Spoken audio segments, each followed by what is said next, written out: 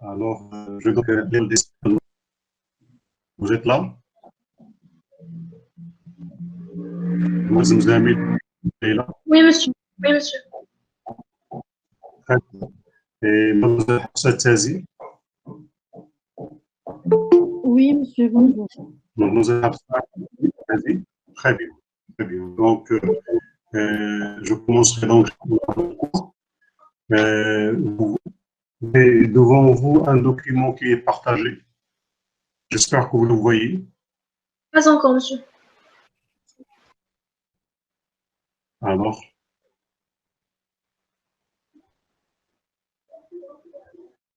pas encore?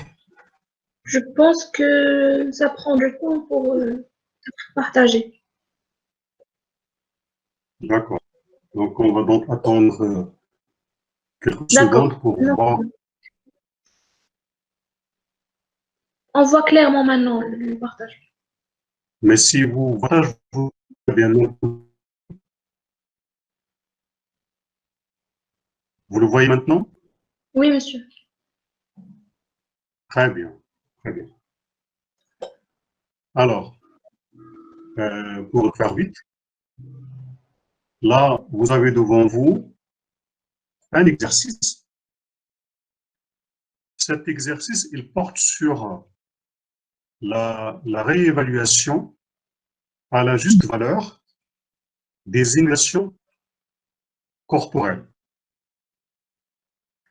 Et comme vous savez, dans la dernière fois dans le cours, on a dit qu'il y a deux moments d'évaluation, à savoir l'évaluation initiale, c'est chercher la valeur avec laquelle l'actif va entrer la première fois dans l'actif, bien dans l'entreprise. Mais après, il est en principe chaque inventaire de faire la réévaluation de cet actif. Ce qu'on appelle la réévaluation postérieure. Donc postérieure, donc c'est relatif. Postérieure à la date d'entrée dans le patrimoine. Et à titre de rappel, cette réunion postérieure se fait selon deux choix. Soit avec la méthode du coût amorti, il s'agit tout simplement du système classique des amortissements, avec éventuellement le fait de prévoir des dépréciations lorsque des indices de dépréciation sont présents. Ça, c'est mis à la première option, savoir la réévaluation au courtier. La deuxième option, c'est la réévaluation avec la juste valeur. C'est cette option, à cette modalité ou bien option, à savoir la réévaluation postérieure à la juste valeur, comme nous avons vu, il y a deux procédés différents. Il y a deux manières différentes. La première, soit on fait notre méthode tout en respectant la proportionnalité entre le cumul aux amortissements et la base d'amortissement, entre parenthèses le montant. Parce que, comme vous savez, chaque fois la juste valeur change, cela automatiquement induit deux changements. Un, la base d'amortissement change et aussi le cumul aux amortissements change. Pourquoi c'est simple? Parce que la modification de la le plan d'amortissement. Ça, c'est le premier procédé. Le deuxième procédé,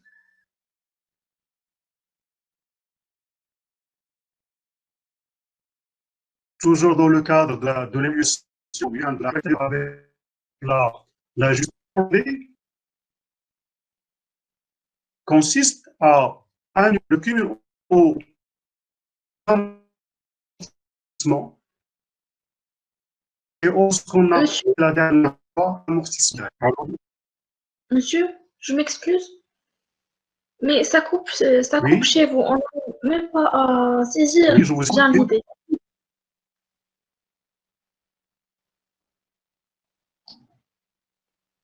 Vous m'entendez, monsieur? Euh, est-ce que On vous entend mal, monsieur. mademoiselle Leïla, est-ce que Oui, c'est monsieur. est-ce que c'est un problème technique? Oui, Ah, monsieur. Ça coupe chez vous. Ça donc, coupe. On n'arrive pas à saisir l'idée clairement.